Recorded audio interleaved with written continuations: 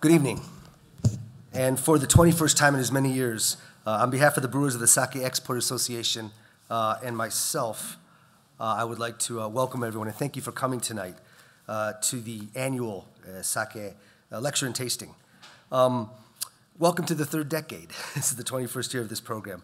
I don't think any of us are sure exactly how long this program will continue, but we've at least made it this far, so let's enjoy this evening. This evening's topic is unorthodox variations. What I mean by unorthodox variations is sake that's different from what we might be normally drinking on a day-to-day basis. Sake that's less commonly encountered in our day-to-day sake drinking. I'm referring to things like Nigori sake or sparkling sake, low alcohol sake, Kido, Plum sake, things like that. Very good, valid types of sake, but things that we might not normally come in contact with. And various combinations of these as well, various permutations of these various types of sake as well. That's the thing that I want to cover tonight. This topic was actually proposed to me by the Japan Society. I would not have thought of this myself. Part of the reason is because when I give presentations and lectures on sake, I don't have so much time. So I try to stay focused on what most people are going to experience most of the time. And as I mentioned, these are less commonly experienced types of sake, so I generally don't approach them. I generally don't talk about them too much. That isn't to say that they're not great or that they're not enjoyable or that they're not a significant part of the sake brewing industry. They are. But I never would have actually considered to do this topic myself. So I'm very grateful to the Japan Society for coming up with this year's topic. So we'll talk about these tonight, and afterwards, of course, we'll have a chance to taste most of them, not all of them, but most of these types in the back. As is the case every year, I'll talk for about a half an hour. Then I'll introduce the brewers that are here tonight. There's 14 breweries from all over Japan. After that, they'll retreat to the back to prepare for the onslaught of taster that comes soon after that. And then for about 10 or 15 minutes, I'll answer some questions on anything related to sake before we do go back and taste the 42 sake from among 14 brewers that we have to enjoy tonight. So with no further ado, I'd like to talk about jump into the presentation tonight. Unorthodox variations of sake. Most sake is fairly similar in appearance, and I think it hovers within a fairly tight range of flavors and aromas.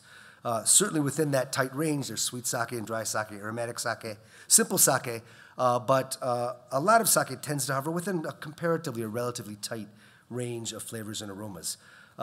So there are a handful of unorthodox types of sake, things that look different, things that taste different, things that are actually made different, and those are the ones that I would like to talk about. As I mentioned earlier, I don't avoid these because they're not good or anything like that. They're all very valid types, they're very important types. None of them are dissed, and they can be very, very enjoyable for sure. So I want to cover these with that in mind. The first one I want to talk about is Nigori sake. And Nigori means cloudy, so Nigori sake is cloudy sake. Very often we see, even on a label sometimes, it's referred to as unfiltered sake. And that's actually not correct. It is filtered. There's a word, seishu, and seishu refers to the legal term for sake.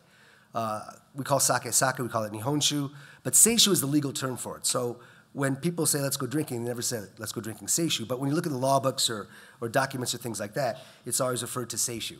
In order for a sake to be considered legally a seishu, it must be filtered. It must pass through a mesh. So all sake has been filtered to a certain degree. It's been passed through a mesh. So although Nigori sometimes is called unfiltered sake, it is filtered. It's just actually coarsely filtered. Otherwise, it wouldn't legally be sake. The next thing I want to talk about, another term I want to bring up, is kasu, K-A-S-U. Sake kasu are the dregs after you press the sake. So as everyone probably recalls, rice ferments for anywhere from 2 weeks to a month or so. And you've got all these rice solids in there. You need to filter those out for the sake legal to be a sake. And the remaining dregs are referred to as sake kasu. And we talk about Nigori sake. We refer to it as coarsely filtered. I remember back about 25 years ago when I started visiting sake breweries, it's a very interesting industry. You'll get different answers from different people. So I'd often ask the same questions over and over to kind of see what kind of consensus was out there. And I remember asking how they would actually make Nigori sake. And they says, oh, we use a coarser mesh, a mesh with bigger holes to let some of the rice solids come through.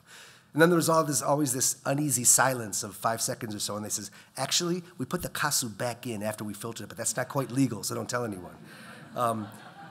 In time, so many brewers were doing it that way that it did become legal. It actually did become legal. So now once sake is pressed or filtered, you're going to add water or kasu back to it. So really, most Nigori sake is made by adding the, not all, but most is made by adding the kasu back in after you have pressed that. Nigori sake originally was moonshine. In other words, the rice farmers in the countryside, when they wanted to drink something, they would just make sake at home, and they wouldn't bother to filter out the rice solids. I mean, they weren't looking for refinement or nice banana or apple or ethyl acetate or anything in that. They just wanted to drink and enjoy that. So they wouldn't bother to filter out the rice solids.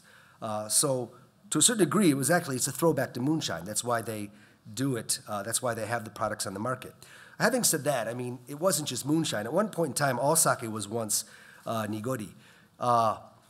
Back in Nara Prefecture in the 11th century or so, there was a whole lot of sake brewing technology that developed.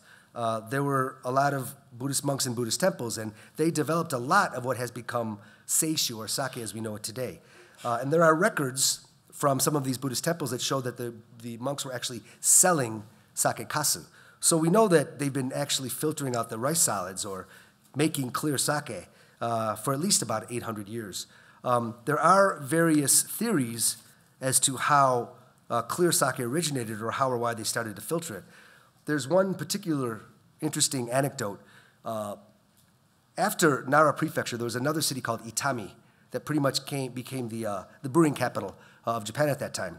And the story goes that there was a particular brewery working at a particular brewery, and he got fired. And he was quite disgruntled about having been fired. To try and get even with his former employer, out of spite, he snuck back into the brewery and threw a bunch of ash into a tank of sake that was fermenting away. What that did is it made all the rice solids settle down to the bottom. And the Toji, the master brewer, tasted the stuff on the top and says, wow, this is really good. And that was the birth of non-Nigori sake. It's a bit of a fable. There's really no proof. The guy's name isn't left over or anything like that.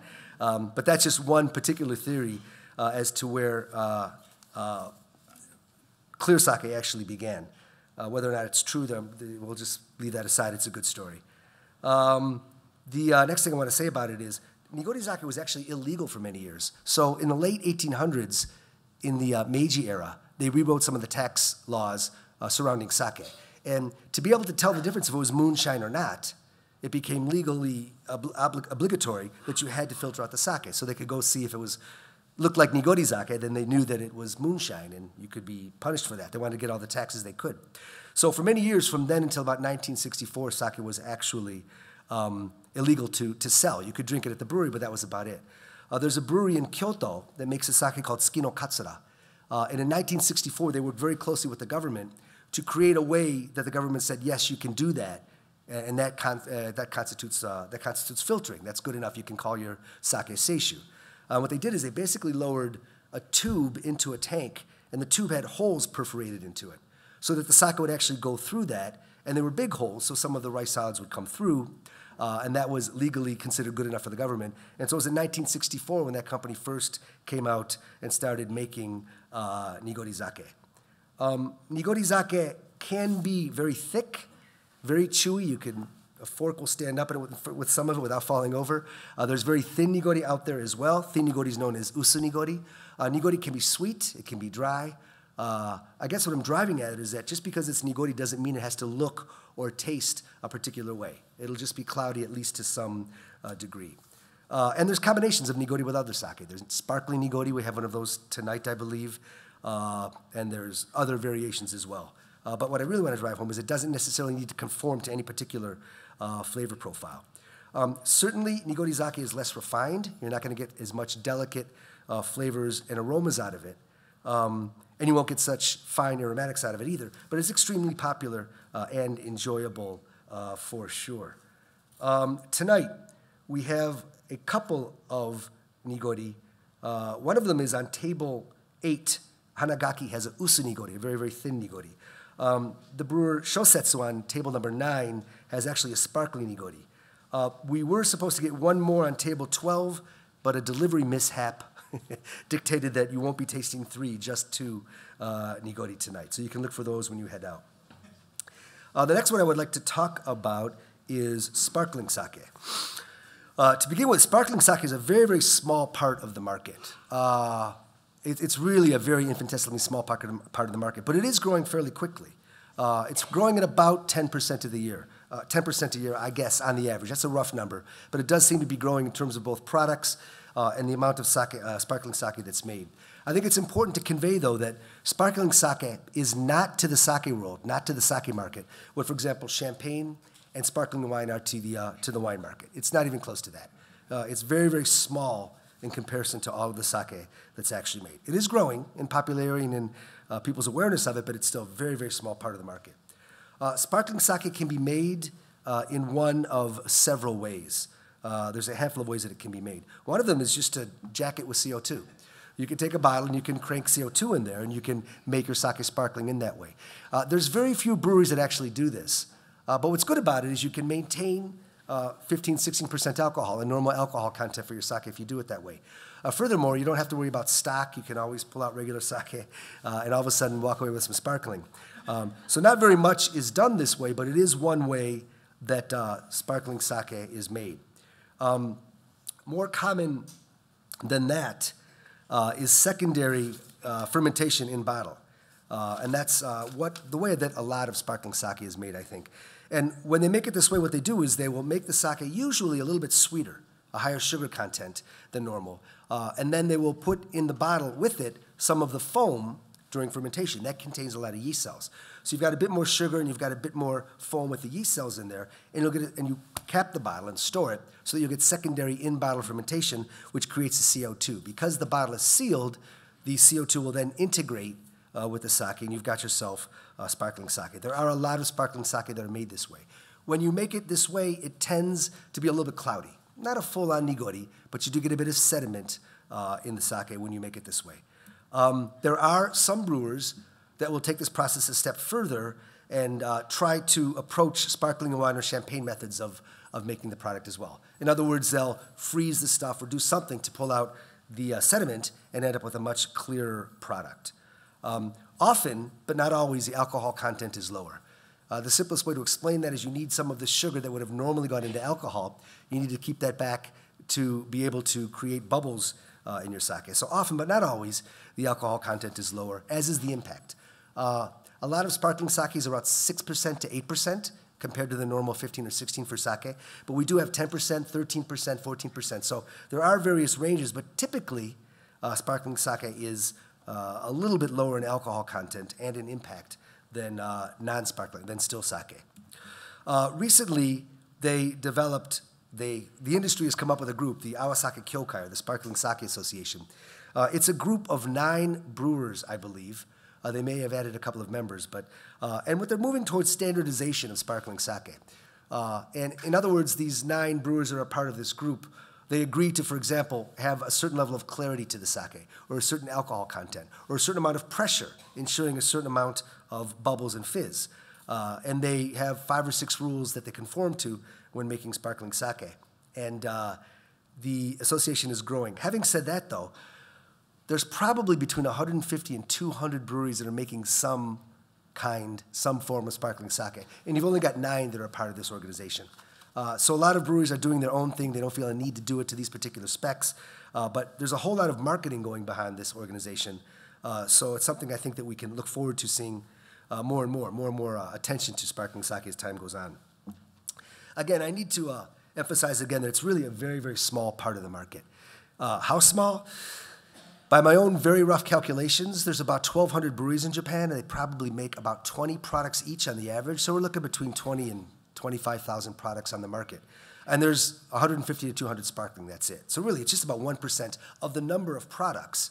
If you look at all the products that are made, there's a lot of products of which just a massive amount of sake is made. So if you look at the volume of all sake and how much of that is sparkling, it's just infinitesimally small. So it's really a very, very, very small part of the market. But it is growing in both popularity and in volume, and I think we can look forward to much more of it in the future. Tonight, we have actually 5 different sparkling sake for you to enjoy. One is made by Okunomatsu, that's on table 5. The one I mentioned before, Shosetsu, is also a Nigori sake, and that's going to be on table 9. Chikurin makes a sake called Hohoshu on table 10. That's a sparkling sake. Fukucho on table 11 makes a sake that's both a little bit Nigori and a sparkling sake, and it's made with some white koji that we'll talk a little bit later. And then Tenzan on table number 13 has some sparkling sake for you guys to enjoy as well. So you can work through those and see how sparkling sake tends to suit your palate. Next, I would like to talk about low alcohol sake. There are a handful of products, and I do have to emphasize, though, there's very few products in the market. But there's a couple in the United States market, so I thought it was worth to bring these up. But you do have a very small number of low alcohol products on the market. If you look at how sake is made, generally most sake is made in such a way that it goes to about 20% alcohol. And then they water that down to about 16. Not all. Some they taper off right at 16 or 17. But especially the lion's share of inexpensive sake will go up to about 20%, and then they'll water that back down a little bit. When we talk about low alcohol sake, while 15 or 16% is typical, you do have 13%, 12%, 14%, and that's actually not what I'm talking about. I'm not talking about that level of low alcohol. When I'm talking about stuff at like 6 to 8%, what I'm driving at is if you're going to make 13, 14, 15, 16% alcohol, you can make it taper right off so that it ends up at that alcohol level and not add any water. But a lot of people will add water to bring it down to that level. However, if you're going to make a 6, 8% alcohol, a very low alcohol content, you can't just water it down. It will taste very, very thin. You can't make the sake rich enough so that just watering it down would solve that problem. So usually they control fermentation so that it tapers off somewhere around that significantly lower alcohol content. If you lower the alcohol that much, it's not going to taste that much like sake. The impact will be drastically reduced. So very often when they make these low alcohol products, they'll bolster the acidity of the sake to make up for the lower impact of the lower alcohol. If you bolster the acidity up and just do that, you're going to get a very, very dry, searing sake. So they'll bring up the sweetness as well. So very often in low alcohol sake, they've got acidity and sweetness that are cranked up a little bit, for lack of a better term, to make up for the lower impact by having lowered the alcohol. We do not have too many low alcohol sakes tonight. The Koshu that I mentioned is sparkling primarily, and that's a lower alcohol content. But that's the only one that's down at that level. Most of them are up in the teens outside of that one. The next thing, there's a line of products called Umeshu. And actually, none of our brewers make this line of sake, so it's not available here tonight. But you've got 11 brewers in Japan that co-brand the thing. In other words, as you can see, everybody uses the same bottle, and they use a different color label to represent their brewery. And Umeshu is one form of low alcohol sake. I believe the alcohol content's about 8%, and they've cranked up the sweetness and they've cranked up the acidity to back that up. It's made with what they call rice extract. So they don't use koji, and they actually use enzymes or something to extract the goodness and flavor out of the rice, and then they ferment it in that way. So actually, in Japan, Umeshu is not legally seishu, it's not legally sake. But here in the United States it is, and they do have at least one product from this line available in the United States. It's extremely refreshing. We don't have it tonight because the producer isn't part of the Sake Export Association. But if you seek this, this is a good example of a low alcohol sake. They actually can be quite enjoyable. Again, very few such products are on the market. It seemed worth it to cover to me, though, because we do have at least a couple here in the United States, so I wanted to cover that as well. Next, I'd like to talk about red sake.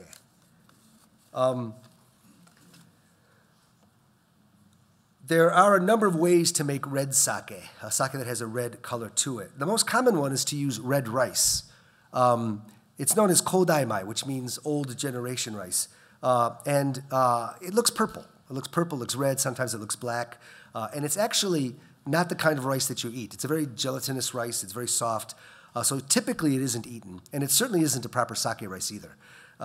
Sometimes you see it used mixed with white rice on holidays or in special meals to give some attractiveness to the meal. But it isn't typically eaten on its own, nor is it used in sake brewing. However, when you brew with it, it will give a red color to the sake.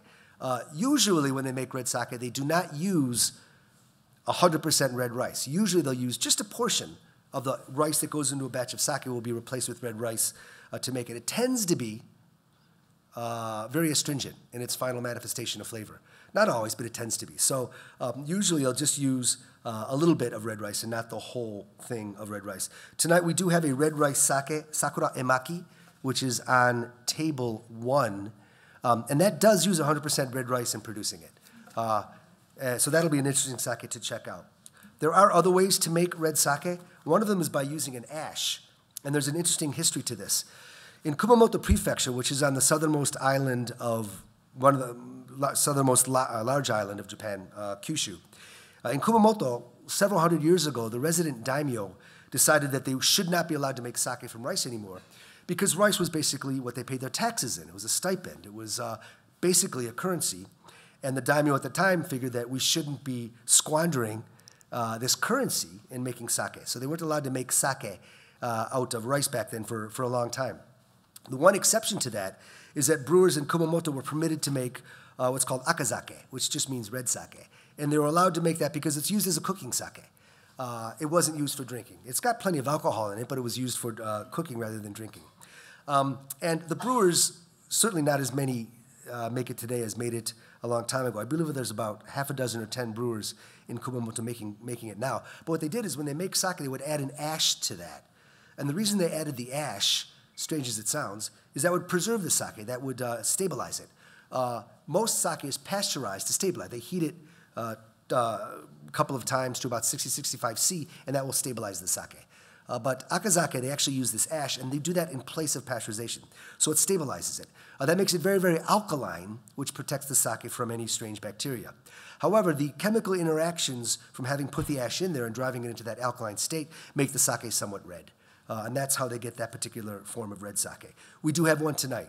It's called Gokujo Akazake, and it's from Kumamoto, from Chiyonosono, and that is on table 14, I believe. It's the very last table. So you can check out that particular red sake as well. There are a couple other ways to make red sake. I've heard that you can make it from a yeast that gives a red tint, but I've never ever seen a product that actually does that. There are a couple other ways to do it. One is to use a kojimo that actually gives you a red tint. Until a couple of years ago, there was, I believe, 13 or so breweries in Niigata Prefecture that made, again, a product. They all share the label, but they don't make that product anymore. But that was made using a kojimo that gave a red tint. So while there are various ways to do it, most common is red rice and red ash for the few brewers that do that. And we've got one example of each of those for you tonight. The next thing I want to talk about is Taruzaki. Until the early 1900s, bottling really wasn't commonly used in Japan. All sake was shipped from the producer to the distributor in taru, which are wooden casks. The wood is sugi, which smells a lot like cedar, although botanically it's apparently closer to cypress, but it smells a lot like cedar. And they would put the sake in these casks and ship it to the distributor. They would ship that as genshu, in other words, full cask-strength sake, about 20%. Then the distributor would get that and water it down a little more, maybe water it down a little more, get it to the retailer who would water it down a little more, and then the normal townsfolk would have a porcelain or a clay bottle that they would go to the retailer to and fill their sake there. The sake that was shipped and stored in these wooden casks was actually, again, it was genshu. It was about 20% alcohol.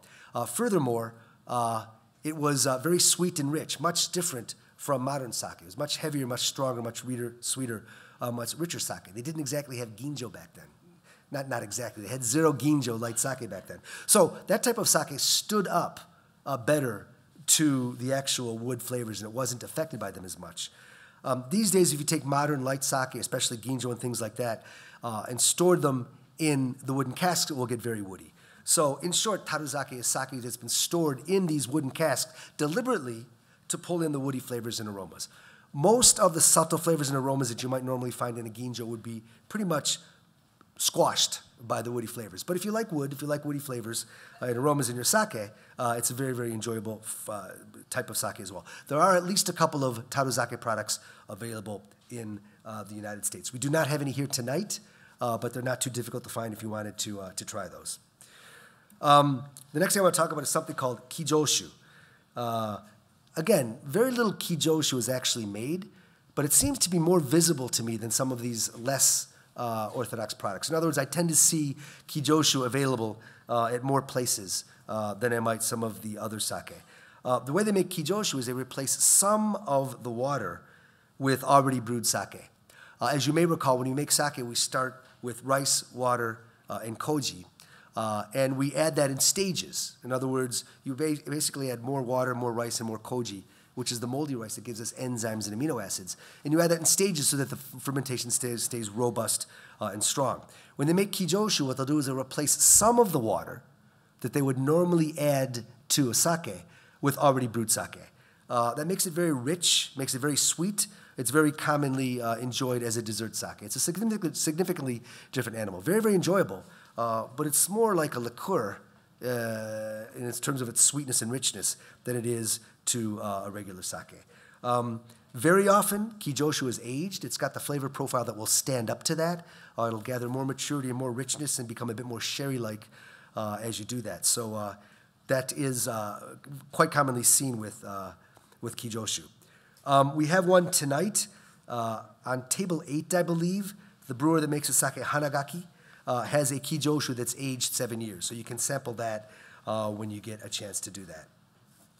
Next, I'm going to talk about something called Zen Koji.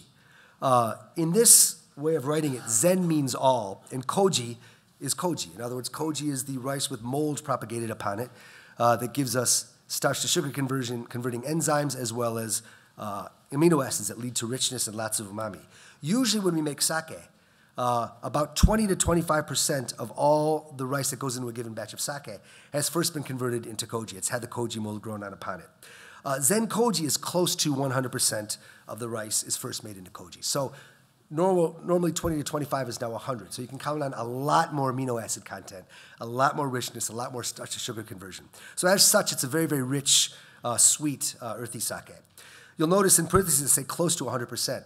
If a brewer were to use koji and water only, it couldn't legally be seishu. It couldn't legally be sake. You have to use rice, water, and koji. So these products, in order to be classified as sake, actually have to use a little bit, at least a couple of grains of straight rice when they make it for it to actually be classified as sake. Zen Koji tends to be rich and very full of umami, and it'll age extremely quickly. Very, very quickly takes on more earthiness, more color, more maturity when you lay that down because of the high amino acid content.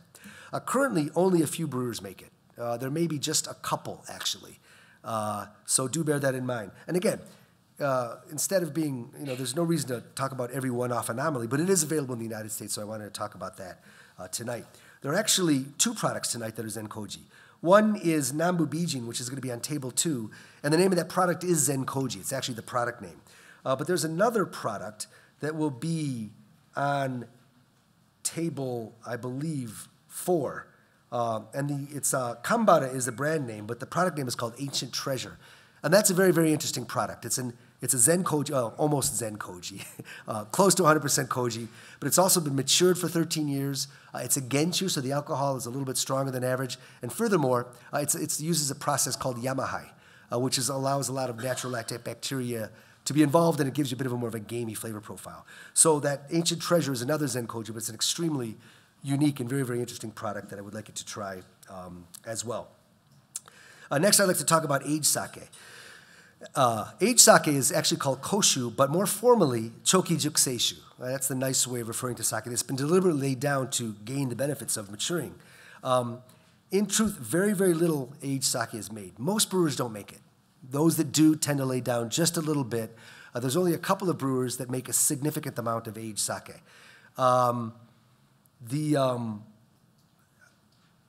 Last year, to celebrate the 20th anniversary of the Sake Export Association giving these speeches here, as many brewers as had them brought 20-year-old sake to taste. So I talked about aged sake last year quite a bit, so I'll just brush over it a little bit more lightly this year. But it can be really, really interesting.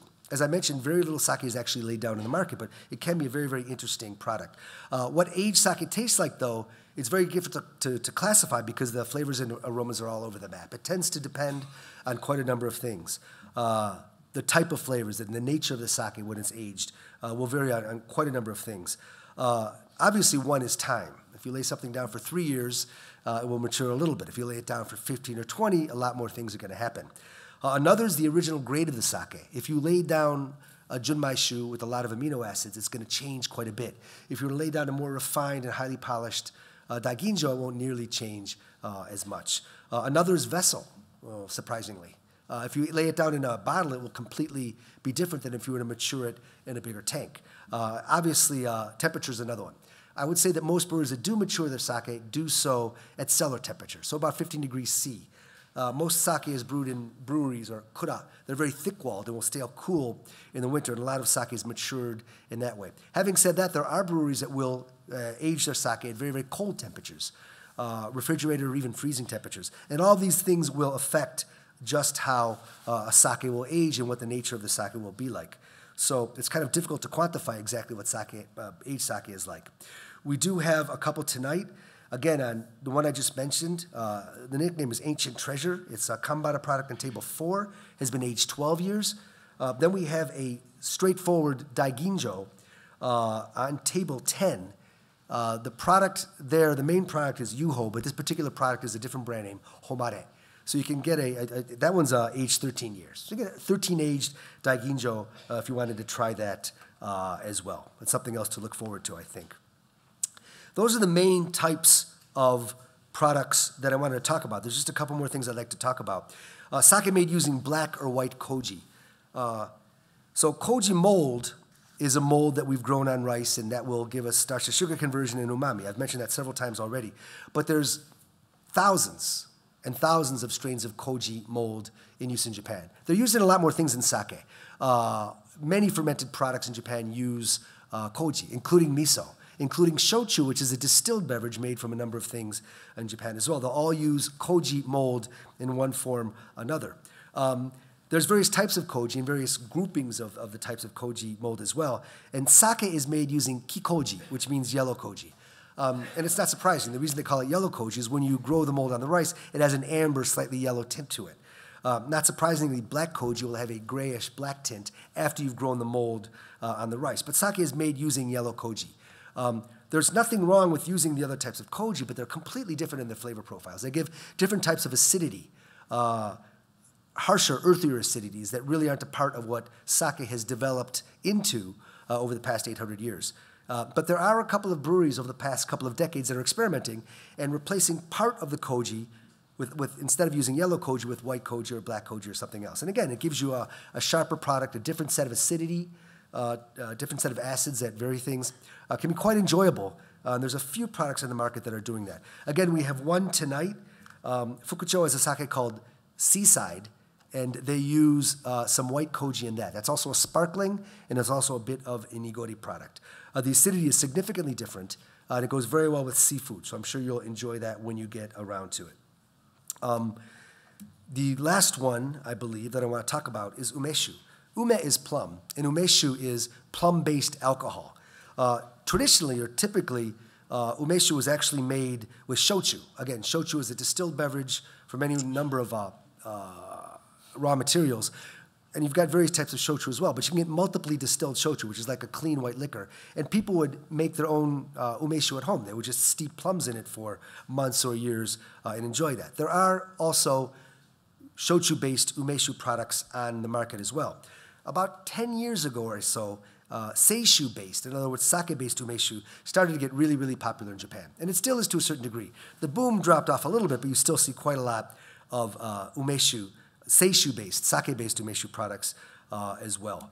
Usually when you make these, they'll soak the plums in the sake. There are other ways to do it. Very often, because the plums can be very astringent, they add sugar to that to balance that out. Umeshu is not always legally sake. Once you've pressed it, if you add anything to it, like sugar, you can't legally call it sake. If some of the plum meat, for lack of a better term, remains in there, you wouldn't be able to call it sake either. I'm not 100% clear on the minor legalities, but there's a lot of sake made into umeshu that isn't legally sake anymore. But it's always tasty. If you like plums in particular, it's extremely enjoyable. We do have one tonight made by Nambu Bijin, and that uses no sugar whatsoever. So it's basically just their sake and plums, and it's a wonderful product that actually uses no sugar whatsoever. Those were the various products that I wanted to talk about, but I want to also add that there's a whole bunch of other variations out there. There's a whole lot of brewers that are out there that are just doing something different, something a little bit weird, and they don't always necessarily give it a name. They might tweak the process here and there, do something a little bit different, and come up with a different product. Sometimes they give it a name, sometimes they don't, but there are other variations out there. These are the main ones, the ones that I think that people can buy here in New York and that you most commonly come across. I also want to add that a lot of these non-standard types are actually not legally defined. So in other words, there might be 10 different ways to make a sparkling sake because it's not legally defined, or a Nigori sake, or even some of the aged sakes or some of the other ones. There's no legal definition on how you have to do it, meaning there's going to be a lot of variations from brewer to brewer. That's another thing to bear in mind. And again, some of these are seishu, some of them legally sake, and some of them are not necessarily legally sake because of what it is they've done in the process. But they're all worth trying, they're all enjoyable, and they're all definitely a part of the diversity and the history and the culture of the world of sake. So again, tonight, each brewer, I believe 12 of the 14 brewers will have 2 orthodox sake, for lack of a better term, and 1 less than orthodox sake. 2 of the other brewers just have 3 of the best sake out there. So by all means, hopefully you can work through all 42 of the sake and enjoy the less than fully orthodox sakes as they were. What I'd like to do now is to introduce the brewers themselves, and after we do that, the brewers will retreat to the back to prepare open bottles and do all the things they need to do to prepare for us approaching them.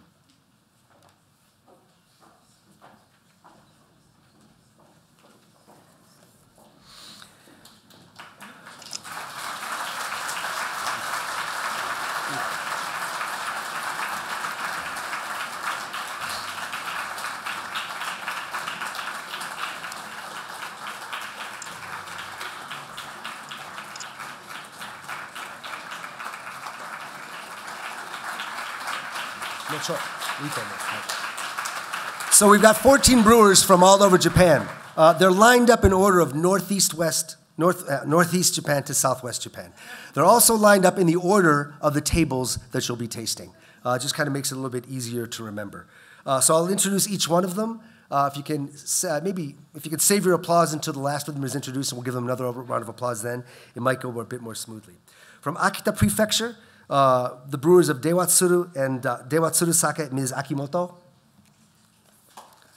Go ahead, it's good.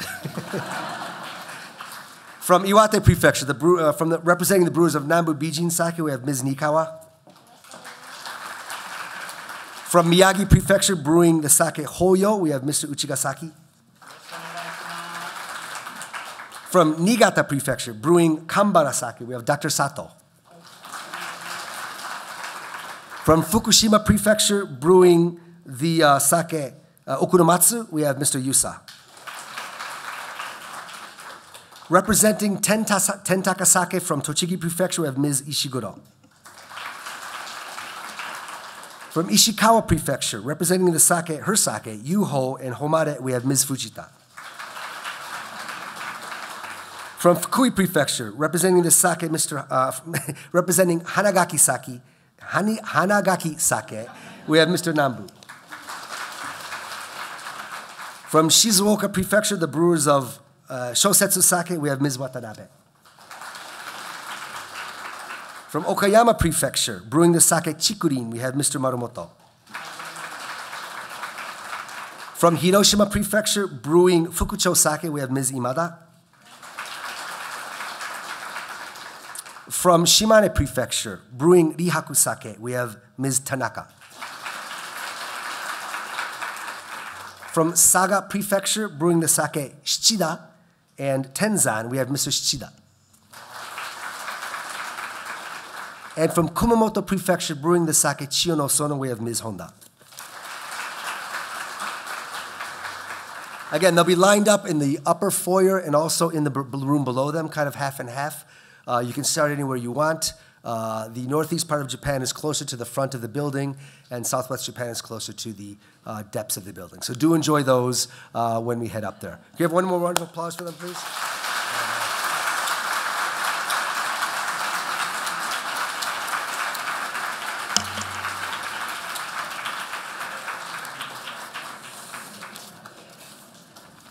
In a moment, I would be happy to answer any questions that you have, and we should have just a couple so they have time to set up.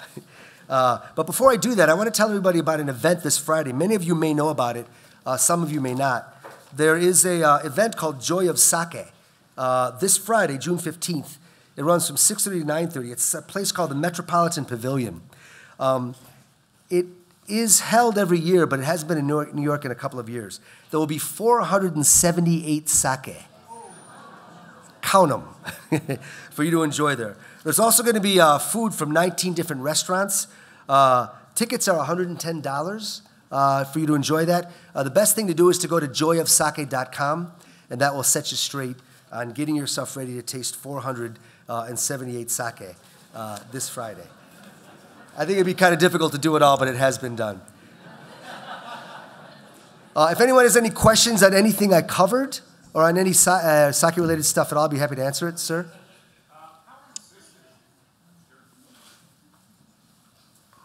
No, I have to be quieter. How consistent are the unorthodox sakes batch to batch and brew to brew? I think that all brewers now, for any product that they have, if they're going to send it out in the market, you got a whole lot of consistency to it. I don't think the variation from year to year would be any more significant or any larger than it would be for a regular sake. They pretty much have their processes under control. I can't think of any example where I would expect great variation from year to year in these non-standard products. Assuming they're kept fresh, though, right? A lot of these, like Nigori, will mature very quickly. You've got a lot more happening in there. A lot of them are probably less stable. So assuming they're kept properly, cold and things like that, I wouldn't expect too much variation from year to year, even for these. Sir?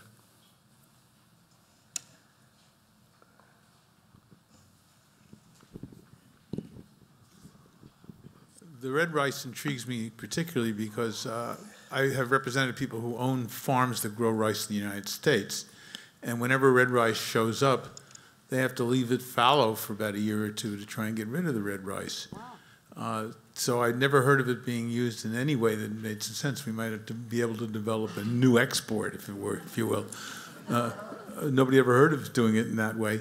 I was just wondering if you could possibly comment some more on the variations of it, however, because it's clearly, from what you've described, had a couple of different methods of manufacture, and aside from the one that's 100%, the others seem to take different percentages. And yeah. What's the thinking that's going on from the brewers, if they've ever explained that to you? I'll do my best. I'm not exactly sure if I'll nail it or not, but the point is that when they make a red sake, they just want to go for color, right? That's why they're doing it. It's something different. And so when you make, the red rice just isn't proper sake rice. It's too soft, it won't dissolve properly, it's got too much fiber, leads to far too much astringency. The one out there is actually not that astringent, even though it's made with 100% red rice. But what they'll do is when you make sake, as you may or may not recall, about 25% of the sake, of the rice, has koji mold grown on it. That's referred to as koji. That will dissolve, giving us enzymes that will chop all the starch into sugar. That's the most important stuff. The rest of it, called kakemai, which is about 75% to 80% of the rice that will go into a given batch of sake, they'll replace some of that with the red rice. Just enough to give it color, but hopefully not enough to adversely skew the flavor profile. And that's the way that most of it is made. Again, we don't have a huge number of samples to talk about. There's not a ton of red sake out there. There's probably 20.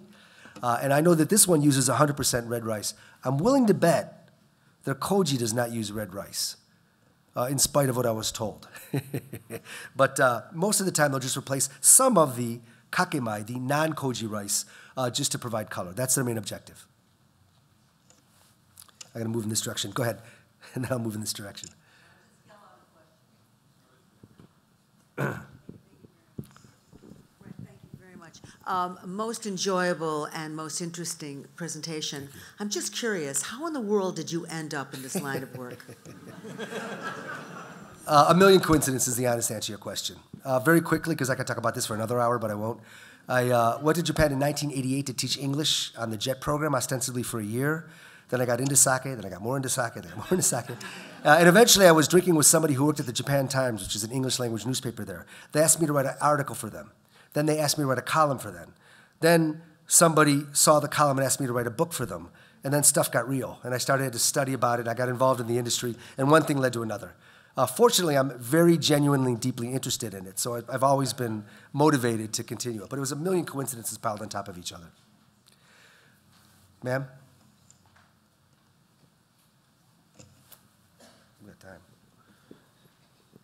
Are these variations being produced to boost sales of sake in Japan, or with the Western palate in mind to boost sales across? Or are they just experimenting to Yeah, just experimenting in something different. They're certainly not doing it to increase sales now. I mean, admittedly, sales been dropping for a long, long time, but premium sake is on the increase, just to cover that quickly. But no, I don't think there's any objective other than it's fun, something different. You might be able to appeal to a different sector of the market. I don't know if I said this when I was talking about Nigori, but it's not nearly as popular in Japan as it is in the United States. Most brewers make a little bit of Nigori for fun. But I don't think there's any other reason than for fun or interesting or do something different, or maybe to attract to a different sector of the market. That's it. I don't think anybody looks at it as a savior to declining sales, though. I'm trying to be fair and pick people all over. And I can't see in the back, so I have to do this again. Is there where? Oh, go ahead. I'm getting pointed all around. I was going to ask in particular what was fueling the sparkling sake trend, and if that was something to appeal more to Western palates. No. Be honest with you, they don't want to lose out to champagne. Seriously. I mean, why should you do kanpai or cheers with champagne when it's sake land? So a lot of brewers have been experimenting doing it with that, especially with the Olympics coming in 2020. Who wants to do cheers with champagne when you can do it with sake? Okunomatsu, who has a sparkling there, they're very involved in F1 racing. And the winner always gets champagne poured all over them in the winner's circle, right? Why do they do that in Japan? Why don't they use sparkling sake, which is why they developed the product? So really, it's just a chance to do something different and to compete with sparkling wine and champagne. That's, I think, what's behind it. We going back? Okay, it doesn't look there's any more questions, does there? Okay, go ahead.